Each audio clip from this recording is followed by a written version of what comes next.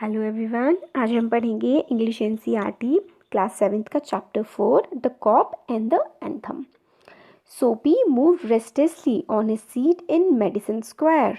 जो सोपी था, इस जो पूरी स्टोरी में है, इसमें सोपी के बारे में ही बात करी गई है और उसके बारे में बताते हैं कि वो मेडिसन स्क्वायर जो जगह है, जिस एरिया में वो है, वहाँ पे बहुत ही ज़्यादा मतलब रेस्टलेस है। रेस्टलेस मतलब उसको आराम नहीं मिल रहा है, परेशान है वो किसी बात से, और जिस सीट पर बैठा हुआ है उस पर वो इधर उधर मूव करे जा रहा है।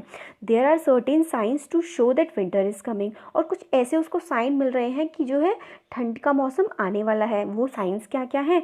बर्ड्स जो हैं वो साउथ की तरफ फ्लाई करने लगी हैं। साउथ मतलब दक्षिण की जो दिशा होती है। साउथ में कब फ्लाई करती है? जब बहुत ज़्यादा ठंड हो जाती है। जब नॉर्थ में ठंड होती है तो साउथ में गर्मियाँ होती हैं, तो इसलिए जो बर्ड्स होती हैं वो ठंड से बचने के लिए साउथ की तरफ फ्लाई करने लगती हैं। और जो लोग होते हैं वो नए कपड़े खरीदने लगते हैं जो गर्म होते हैं।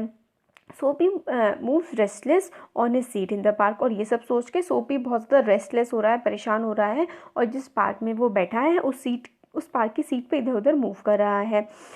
When you see these signs, you know winter is near। तो वो कहता है ये साइन जब हमें दिखते हैं तो इसका मतलब होता है कि सर्दियाँ बहुत पास आ गई हैं। डेड लीफ, एक जो डेड लीफ होती है, सूखी हुई पत्ती, जो सोफ़ी के पैर पे आके गिरती है। और ये जो है ये स्पेशल साइन होता है कि जो सर्दियाँ हैं वो आ चुकी हैं या फिर आ रही हैं। It was time for all who lived in Madison Square to prepare. और मेडिसन स्क्वायर में जो लोग भी रहते हैं उन लोगों के लिए टाइम जो होता है वो तैयारी करने का होता है, क्योंकि मेडिसन स्क्वायर वाला जो एरिया था वो इसमें चैप्टर के अकॉर्डिंग ऐसा था कि काफ़ी मतलब गरीब लोग ही वहाँ पर रहते थे, जिनको सर्दियों में थोड़ी प्रॉब्लम होती थी क्योंकि उनके पास रहने की कोई अच्छी जगह नहीं होती थी और ना ही पहनने के लिए कपड़े होते थे। Soapy's mind now realise that fact the time had come. और सोफ़ी के समझ में आ गया है कि अब जो है सर्दियों का टाइम वो आ गया है और उसको कोई ना कोई जगह ऐसी ढूंढनी पड़ेगी ताकि वो ठंड के मौसम से खुद को बचा सके। और इसी वजह से वो अपनी जो सीट है उस पर परेशान होकर इधर उधर घूम रहा है। तो सोपीस की जो होप होती है वो बहुत ज़्यादा हाई नहीं होती है विंटर के। वो बहुत ज़्यादा ये नहीं सोचता है कि उसको बड़ा कंफर्टेबल सी कोई जगह मिलेगी या कुछ अच्छा सा रहने के लिए मिलेगा। वो ऐसा भी नहीं सोच रहा है कि वो शिप से कहीं घूमने चला जाए, और ना वो सोच रहा है सदर्न स्काईज़ में और बे ऑफ नेपल्स में। सदर्न स्काई मतलब जैसे बर्ड्स चली जाती हैं सदर्न स्काई में, या फिर बे ऑफ नेपल्स जहाँ पे थोड़ी वार्म वेदर रहता है, गर्मी रहती है, वहाँ पे जाने का। उसको 3 मंथ्स वो सोच रहा है कि वो एक प्रिजन में निकाल ले ब्लैक वॉल्स आइलैंड पर। जो ब्लैक वॉल्स आइलैंड था वो एक प्रिजन का नाम था। तो वो ये सोच रहा था कि वो 3 महीने जो इतनी ज़्यादा ठंड पड़ेगी इसमें काश उसको प्रिजन में ही जाने को मिल जाए, क्योंकि उस 3 महीने में उसको आराम से खाना मिल जाएगा, प्रिजन में रहेगा तो, और रात को सोने के लिए एक बिस्तर भी मिल जाएगा, और उसकी जो इतनी ठंड वाले जो 3 मंथ है वो आराम से प्रिजन में कट जाएंगे। और यही वो चाहता था कि उसको बस मिल जाए। All this Sophie wanted most in the world. और यही वो चाहता था।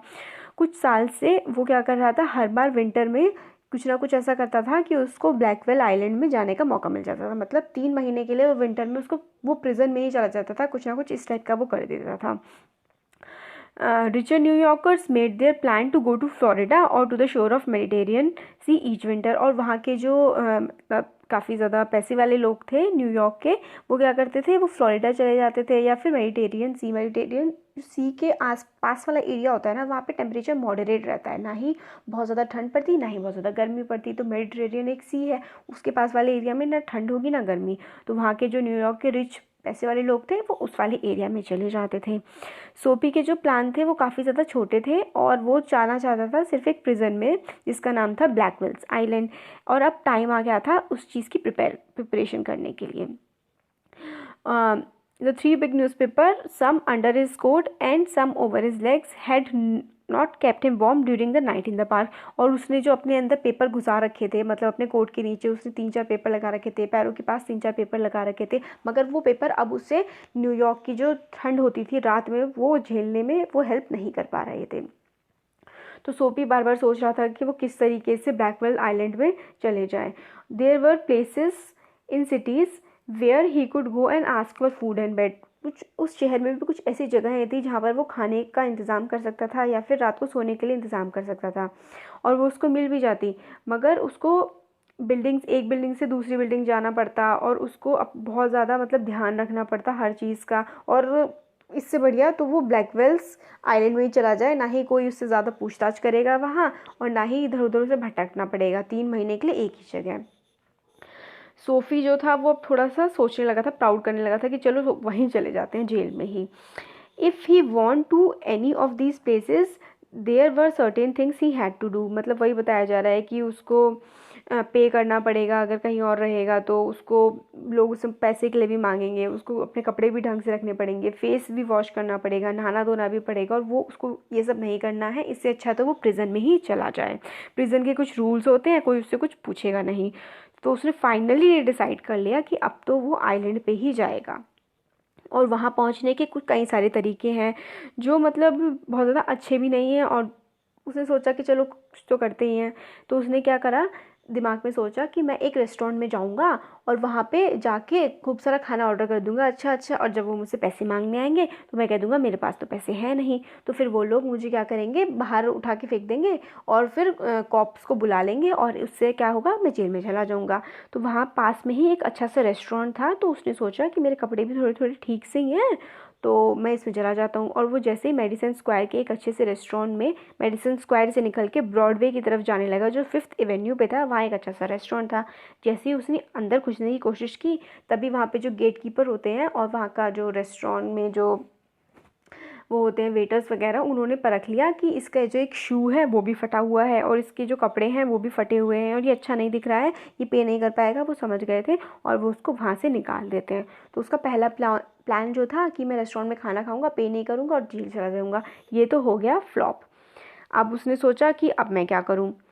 अब उसने नेक्स्ट, जैसे वो रेस्टोरेंट में गया था वो तो मिला नहीं था, जैसे पिक्चर में इसमें दिखाया गया है, रेस्टोरेंट में उसको भारी मना कर देते हैं कि तुम यहाँ नहीं आ सकते। अब उसने क्या करा कि अब मैं क्या करूँ, अब कोई नेक्स्ट प्लान बनाया जाए। तो next plan, but as Soapy put his foot inside the door, ये सब बताया हुआ है इसमें कि यहाँ पे उसको कोई फ़ायदा हुआ नहीं। At the corner of 6th Avenue was a shop with a wide glass window, bright with electric lights। और फिर जो वहीं पे 6th एवेन्यू था, वहाँ पे ही एक शॉप थी जिसका ग्लास की विंडो थी और काफ़ी ज़्यादा चमकीली लाइट लगी हुई थी। तो सोफ़ी ने सोचा कि मैं एक पत्थर उठाता हूँ, इस पे फेंक देता हूँ। तो उसने ऐसा ही किया। People came running around the corner, और पीपल इधर उधर, जो लोग थे वो इधर उधर आ गए। और कॉप ने किसी, the cop was the first among them, काफ़ी सारे लोग आ गए थे, उसमें से सबसे पहले जो आए थे वो एक पुलिस वाले थे। Soapy stood still and he smiled when he saw the cop. और सोफ़ी वहीं के वहीं खड़ा रहा पत्थर फेंकने के बाद उस शीशे पे, और कॉप जो आया था उसको देख के मुस्कुराने लगा। तो कॉप ने पूछा कि वो जो आदमी था जिसने पत्थर फेंका वो कहाँ भाग गया। Don't you think that I might have done it. फिर जो सोफ़ी कहता है कॉप से कि तुम्हें नहीं लगता कि मैंने ऐसा किया है। तो वो जो पुलिसमैन था, कॉप था, वो काफ़ी ज़्यादा फ्रेंडली सा था और उसने स्माइल किया कि तुम चाहते क्या हो, मतलब इस टाइप से बोलता है। फिर वो कहता है but the cop's mind would not consider Soapy. Cop के माइंड ने सोफ़ी को कंसिडर इसलिए नहीं किया क्योंकि उससे लगा कि जो इंसान एक विंडो पे पत्थर फेंकेगा वो पत्थर फेंकने के बाद रुकेगा तो नहीं, कोई इस तरह का काम करने के बाद वो तो वहाँ से भाग जाएगा। मगर जो सोफ़ी था वो तो वहीं के वहीं खड़ा हुआ था। तो कॉप ने किसी को भागते हुए देखा, उससे लगा कि वही होगा जिसने जो दुकान का शीशा तोड़ा होगा, तो वो उसका पीछा करने लगा। अब जो सोफ़ी था वो इसमें भी फेल हो गया, इससे भी वो नहीं पकड़ा गया। पहले कहाँ फेल हुआ, उसे रेस्टोरेंट में नहीं घुसने दिया, तो वो खाना खाने वाला प्लान फेल हो गया।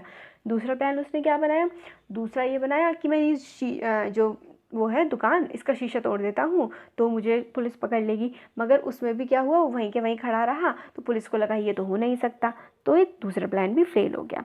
फिर अक्रॉस द सिटी थोड़ा आगे बढ़ के एक दूसरा रेस्टोरेंट था। वो जो था वो इतना अच्छा नहीं था जितना पहले वाला रेस्टोरेंट था। पहले वाला रेस्टोरेंट जो था वो काफ़ी अच्छा था, उसमें काफ़ी अच्छे अच्छे लोग आते थे और महंगा खाना मिलता था। अब ये वाला जो था नेक्स्ट सेकंड नंबर पे जिस रेस्टोरेंट में गया, वहाँ पे बहुत अच्छे, बहुत ज़्यादा पैसे वाले लोग नहीं आते थे और फूड भी इतना ज़्यादा अच्छा नहीं था। तो into this Soapy took his old shoes and his torn clothes and no one stopped.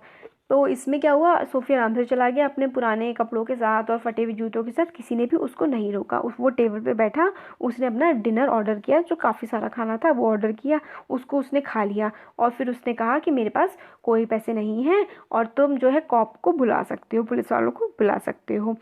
And don't keep a gentleman waiting. उसने कहा आराम मत करो, कोई भी ज़रूरत नहीं है, तुम फटाफट पुलिस वालों को बुला लो, मेरे पास तो कोई पैसे हैं नहीं। तो फिर वो जो वहाँ के वेटर होते हैं वो कहते हैं कि तुम्हारे लिए कोई कॉप नहीं, और उसको उठा के बाहर फेंक देते हैं। और फिर वो वहाँ पे स्ट्रीट पे उसको पटक देते हैं, फिर वो वहाँ पड़ा रहता है।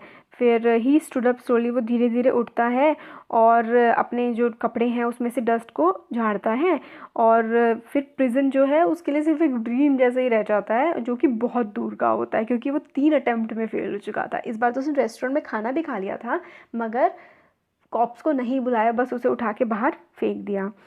फिर क्या आगे क्या होता है, cop was standing near, laughed and walk by. मगर कॉप क्या होता है, एक वो वहीं पे खड़ा होता है और वो उसको देख के हंस के निकल जाता है।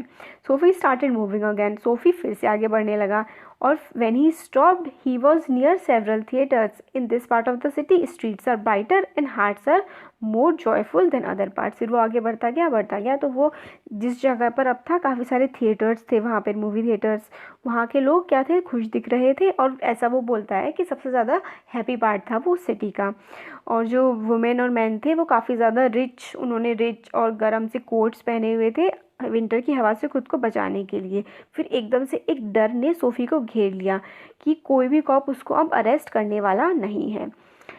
फिर क्या हुआ, then he came to another cop standing in front of a big theatre, he thought of something else to try. अब क्या हुआ, उसने एक और कॉप को देखा थिएटर के सामने खड़े हुए, तो उसने सोचा अब कुछ और ट्राई करता हूँ। वो चिल्लाने लगा बहुत ज़ोर से, if he had too much to drink, मतलब इस तरह से वो चिल्लाने लगा जैसे कि उसने बहुत ज़्यादा शराब पी रखी हो, और अपनी वॉइस को और ज़्यादा तेज़ तेज़ बढ़ाने लगा और डांस करने लगा और चिल्लाने लगा।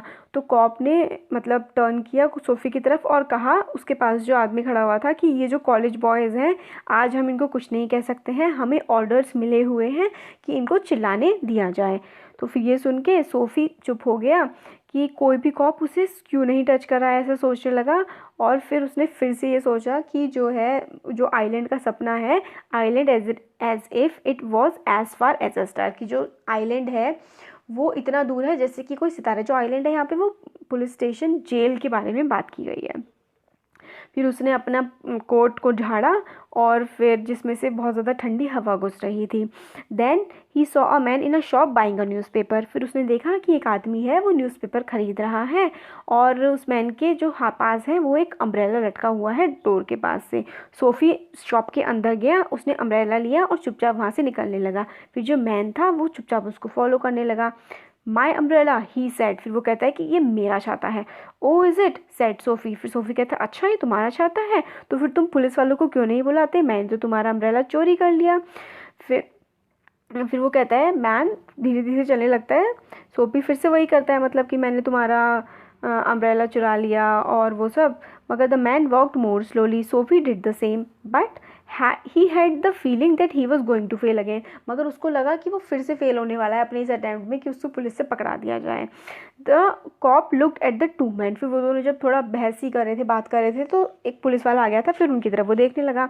I said the umbrella man, this that is, you know how these things happens, if that's your umbrella. I am very sorry, I found it this morning in a restaurant. If you say it's yours, I hope you will. फिर वो आदमी कहता है कि ये जो umbrella है ये तो मुझे सुबह रेस्टोरेंट में मिला था, और अगर ये तुम्हारा अम्ब्रेला है तो तुम इसे अपने पास रख सकते हो। फिर सोफ़ी कहता है हाँ ये मेरा है, बहुत ही गुस्से वाली आवाज़ में। तो वो वहाँ से मतलब निकल जाता है फिर। और जो कॉप होता है, एक पुलिस वाला होता है, वो हेल्प कर रहा होता है एक लेडी की एक स्ट्रीट क्रॉस करने के लिए, और सोफ़ी ये देख के आगे की तरफ बढ़ता जाता है, और अम्ब्रेला जैसे आगे बढ़ता है अम्ब्रेला को कहीं फेंक देता है। और वे खुद से कहता है, he talked to himself about cops and what he thought of them. वो खुद से कॉप्स के बारे में बात करता है और कि वो उनके बारे में क्या सोचता है, वो सब वो बातें करता हुआ खुद से जा रहा होता है। Because he wish to be arrested they seem to believe he was like a king who could do no wrong. वो ऐसा सोच रहा होता है कि मेरा तो मन कर रहा है कि मैं अरेस्ट हो जाऊँ, मगर ये जो कॉप्स हैं ये तो ऐसा समझ रहे हैं कि मैं तो कुछ गलत कर ही नहीं सकता हूँ, जैसे कि मैं कोई राजा हूँ। At last Soapy came to one of the quiet streets on the side of the city. फिर वो धीरे धीरे घूमता घूमता एक ऐसी जगह आ गया जो काफ़ी शांत सी थी। He turned here and begin to walk south toward Madison Square. वो वहाँ पहुँचा और फिर साउथ की तरफ जाने लगा मेडिसन स्क्वायर पे। ही was going home although home was only a seat in the park. वो घर की तरफ जाने लगा, बल्कि मगर कोई उसका घर तो था नहीं, उसका जो घर था वो बस एक पार्क की एक सीट ही थी। But at a quite corner SoFi stopped. एक चुपचाप सा बहुत ही शांत सा एक किनारा था जिस पर सोफ़ी रुक गया। Here was his old childhood home, और वहाँ था उसका पुराना घर जहाँ पे वो बचपन में रह सकता था। उसने एक विंडो से झाँका और वो देख सकता था बहुत ही हल्की सी light that has been in the इस लिविंग रूम, और जहाँ पे वो हल्की सी लाइट जल रही थी वो उसका लिविंग रूम था, मतलब जहाँ पे वो लोग रहते थे, सब बैठा करते थे। Where he had spend many happy peaceful moments, और जहाँ पर उसने बहुत ही खुश और अच्छे से जो पल वो बिताए हैं। जो एक स्वीट सा म्यूज़िक था वो सोफ़ी के कान में बजने लगा और ऐसा लगा कि वो वहीं पे रुक गया है। जो चाँद था वो ऊपर चढ़ चुका था, वो काफ़ी ज़्यादा पीसफुल और ब्राइट था। There was few people passing, और काफ़ी कम लोग अब वहाँ से पास हो रहे थे, और वो जो बर्ड्स हैं उनकी आवाज़ सुन सकता था, और जो म्यूज़िक था वो मतलब उसके कानों में जैसे बज रहा था, वो उस रूम की तरफ देख रहा था। तो for he had known it long ago, जैसे कि वो उस म्यूज़िक को बहुत ज़्यादा पहले और उस जगह को बहुत ज़्यादा पहले जानता था। In those days his life contain such things as mother, flowers and high hopes and friends and clean thoughts and clean clothes. उसका जो पुराना समय था उसमें बहुत सारी चीज़ें थी, उसकी माँ थी, उसके पास फूल थे, बहुत बहुत ज़्यादा हाई होप्स थे, बहुत ज़्यादा उम्मीदें थी अपने फ्यूचर के लिए, उसके पास दोस्त थे, क्लीन थॉट्स, साफ विचार थे, और साफ कपड़े भी थे। और फिर क्या होता है, उसके ये सब सोचने के बाद उसकी जो आत्मा में, उसकी सोल में एक अजीब सा और अच्छा सा एक चेंज आता है। He saw with sick fear how he had fallen, फिर वो एकदम से घबरा के सोचता है कि वो कितना नीचे गिर चुका है। उसके मतलब अपने जो वर्थलेस, बिना किसी कारण के बेकार के दिन थे उनके बारे में वो सोचता है, अपनी जो गलत उसकी इच्छाएं थी उनके बारे में सोचता है, उसकी मरी हुई इच्छाएं के बारे में सोचता है, और उसके मतलब अपने माइंड के बारे में सोचता है जिसने सारी की सारी ताकत खो दी थी। और इसी मोमेंट पे his heart answered this change in his soul, और फिर उसके मन में एक बदलाव आता है। अब वो सोचता है कि वो अपनी लाइफ में चेंज लाएगा, अपनी लाइफ में आगे बढ़ेगा, लड़ेगा, और he would pull himself up out of the mud, और अभी वो जो मिट्टी में पड़ा हुआ है, बिल्कुल कुछ नहीं है ज़िंदगी में, उससे वो ऊपर उठेगा। He would make a man of himself again, और वो खुद में से एक अच्छा आदमी बाहर निकालेगा। There was a time he was young enough, अब सही टाइम आ गया है, और मतलब वो इतना तो है कि वो अपने लिए सब कुछ ठीक कर सकता है। He would find his old purpose in life and follow it, और वो अपना पुराना पर्पस जो था लाइफ का वो उसको दोबारा से खोजेगा और उसकी तरफ आगे बढ़ेगा। That sweet music had changed him, उसका जो स्वीट सा म्यूज़िक था जो घर को देख के उसके अंदर जागा था, उसने उसके जो सोफ़ी के पूरे माइंड को सब कुछ चेंज कर दिया था। वो सोचता है कि वो कल ही एक नया काम ढूंढेगा। एक बार एक आदमी था जिसने उसे जॉब ऑफ़र की थी, वो उसको ढूंढेगा, और कोई ना कोई तो ऐसा होगा जो मतलब उसको जॉब ऑफ़र करेगा, जो उसकी लाइफ सुधार पाएगा। फिर इतने में जब वो ये सब सोच रहा होता है, वो एक मतलब ऐसा कोई हाथ उसको ऐसा लगता है कि उसकी आन पे आके गया है। He look quickly around into the broad face of a cop, फिर वो एकदम से देखता है कि मतलब कि कोई कॉप है और उसकी फेस की तरफ देखता है। फिर वो कॉप जो होता है कि वो बोलता है कि तुम यहाँ क्या कर रहे हो। सोफ़ी कहता है कुछ भी नहीं। You think I believe that, said the cop, फिर कॉप कहता है कि तुम्हें क्या लगता है कि मैं तुम्हारी बात पे विश्वास कर लूँगा। Full of his new strength Soapy began to argue, और अभी जो उसकी थॉट्स में चेंज आया था सोफ़ी की, उसमें एक कॉन्फिडेंस आ गया था, एक ताकत आ गई थी उसके अंदर। इस वजह से वो कॉप के साथ बहस करने लगा। And it is not wise to argue with the New York cop, और फिर ऐसा आगे ऑथर कहते हैं कि ये बिल्कुल भी होशियारी नहीं होती है एक न्यूयॉर्क के पुलिस वाले से बहस करना। फिर वो जो पुलिस वाला होता है वो कहता है कि मेरे साथ आओ, और फिर क्या होता है, जो सोफ़ी को 3 महीने की जो होती है वो जेल हो जाती है ब्लैकवेल्स आइलैंड में, और जो जज अगले दिन जजमेंट सुनाता है वो उसमें उसको 3 महीने की प्रिजन दे देता है, जो कि ब्लैकवेल्स आइलैंड में होती है। मतलब अल्टीमेटली पहले क्या था कि वो इतने सारा कुछ ट्राई करता है कि मैं प्रिजन में चले जाऊँ, 3 महीने उसके कट जाएंगे आराम से, मगर ऐसा कुछ भी नहीं होता है। और जब वो सोचता है कि वो कल से अपनी लाइफ में कुछ अच्छे चेंजेस लाने की कोशिश करेगा, जॉब ढूंढेगा, तो वो प्रिजन में चला जाता है। तो आपको कैसा लगा? अच्छा लगा तो कमेंट सेक्शन में कमेंट करके बताइए, वीडियो को लाइक करिए और चैनल को सब्सक्राइब करिए। Thank you so much.